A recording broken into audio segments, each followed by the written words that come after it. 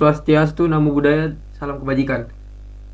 Baik, di kesempatan kali ini kami akan mempresentasikan hasil kerja kami yaitu proyek dari geostatistik dan estimasi sumber daya pada bauksit atau AL2O3 dengan menggunakan software 3D Mind. Di sini untuk pengenalan anggota kelompok, saya Christian Roldo Untu dengan NIM 7100240192. Saya Rainer Calvin Simatupang dengan NIM 7100240189. Saya Mo Cairiansyah dengan NIM 7100240195. Saya Devi Agustin dengan NIM 7100240196. Saya Muhammad Arif Maulana dengan NIM 7100240197. Saya Ragil Budiman dengan NIM 7100240200.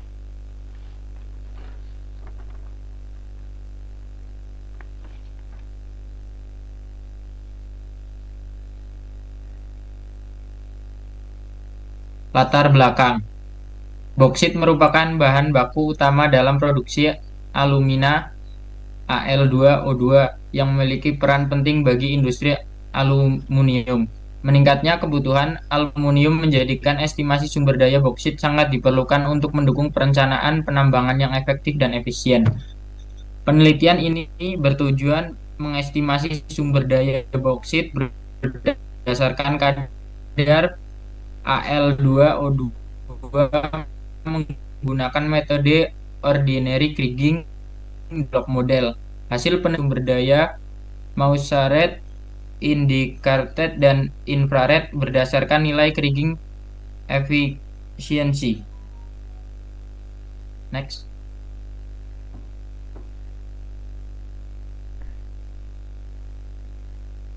Metode penelitian, studi literatur. Penelitian diawali dengan mengumpulkan dan mempelajari berbagai referensi ilmiah seperti jurnal, buku, dan penelitian terdahulu yang berkaitan dengan endapan boksit, karakteristik kadar Al2O3, estimasi sumber daya, metode geostatistik ordinary kriging, serta pemodelan sumber daya menggunakan perangkat lunak 3D Mind. Tahap ini bertujuan sebagai dasar teori dalam pelaksanaan penelitian. Pengumpulan, pengolahan, dan analisis data. Data yang digunakan meliputi data pemboran, kolar, data survei, data geologi, litologi, dan data kadar. Seluruh data diintegrasikan, divalidasi, kemudian dilakukan analisis statistik univariat, pemodelan variogram, serta estimasi sumber demand.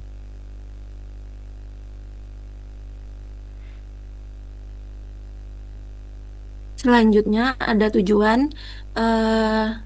Tujuan dari penelitian ini ada 4. Yang pertama, memberikan pemahaman dan pengalaman dalam melakukan estimasi sumber daya mineral dengan menerapkan metode geostatistik. Yang kedua, meningkatkan kemampuan dalam mengolah dan menginterpretasikan data hasil eksplorasi geologi. Yang ketiga, mengembangkan kemampuan untuk melakukan analisis statistik dan geostatistik dasar seperti analisis histogram dan variogram. Dan yang keempat, melatih penggunaan software 3D Mind dalam proses pemodelan blok serta estimasi sumber daya mineral.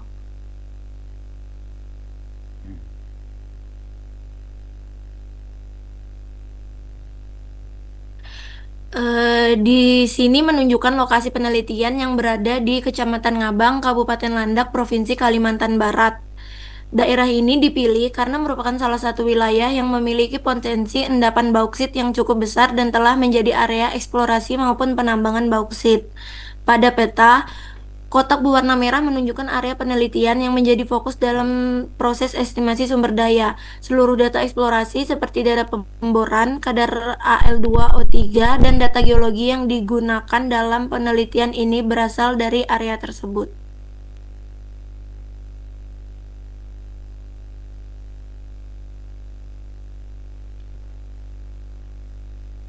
Histogram.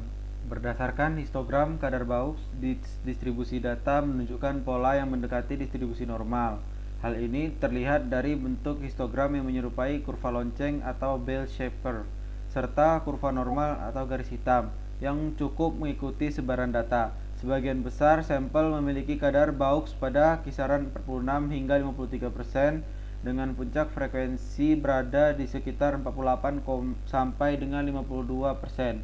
Nilai kadar minimum berada sekitar 33%, sedangkan nilai maksimum mencapai sekitar 58%. Sebaran data relatif simetris meskipun masih terdapat sedikit kemencengan atau skewness ke arah nilai rendah akibat adanya beberapa sampel berkadar rendah. Distribusi tersebut menunjukkan bahwa data Baux memiliki variasi yang cukup baik dan tidak didominasi oleh nilai ekstrim atau outlier. Kondisi ini mengindikasikan bahwa data cukup representatif untuk digunakan dalam proses analisis geostatistik seperti pemodelan variogram dan estimasi kadar menggunakan metode ordinary kriging.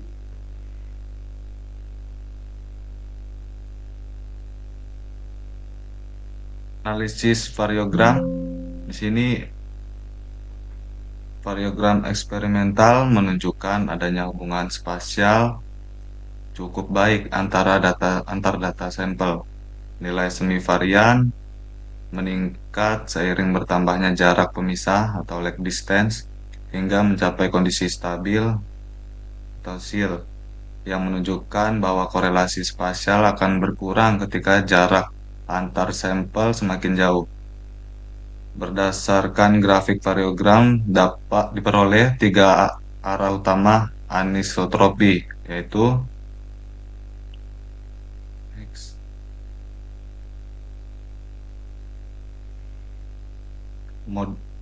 anisotropi. Jadi ada mayor, semi mayor, dan minor. Model variogram garis merah mampu mengikuti pola variogram eksperimental. Garis hitam dengan cukup baik sehingga model yang diperoleh dapat dianggap representatif untuk menggambarkan struktur kontinuitas kadar Baux. Secara umum, hasil variogram menunjukkan bahwa kadar TFE memiliki kontinuitas spasial yang baik, sehingga model variogram layak digunakan sebagai dasar dalam proses estimasi sumber daya menggunakan metode kriging. Pemodelan ini diharapkan mampu menghasilkan estimasi kadar yang lebih akurat karena mempertimbangkan hubungan spasial antar sampel.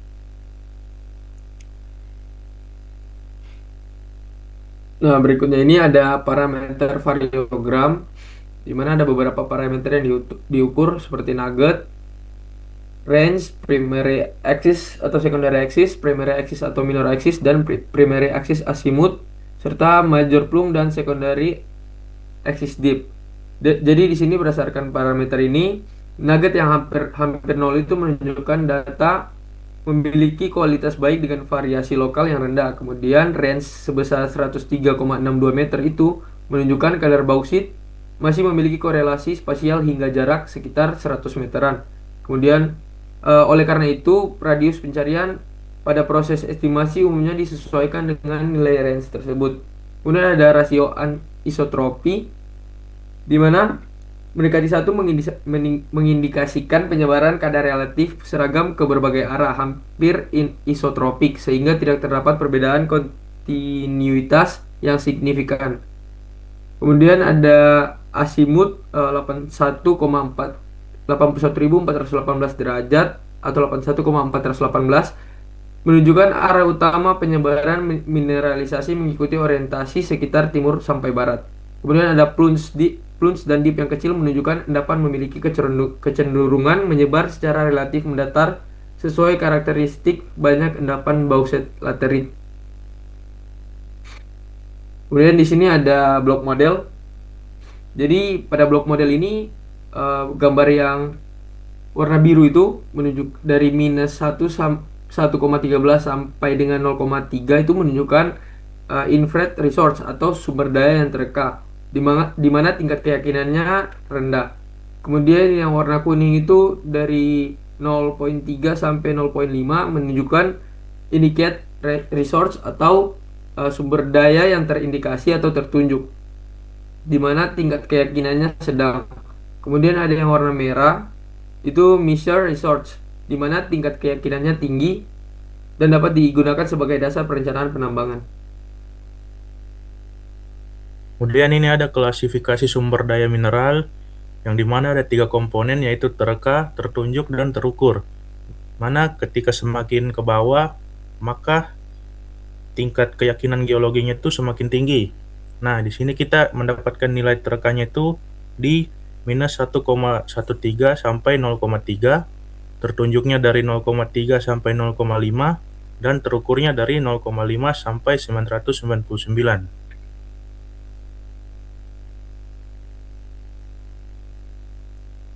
Berdasarkan hasil analisis geostatistik dan estimasi sumber daya pada endapan bauksit, dapat disimpulkan bahwa pendekatan geostatistika memberikan peranan penting dalam memahami karakteristik spesial data geologi. Melalui pengolahan data eksplorasi, dilakukan analisis statistik dan spasial untuk mengetahui pola distribusi, kadar, serta tingkat kontinuitas mineralisasi pada daerah penelitian. Mungkin cukup sekian presentasi yang dapat kami paparkan. Lebih dan kurangnya mohon dimaafkan. Wassalamualaikum warahmatullahi wabarakatuh.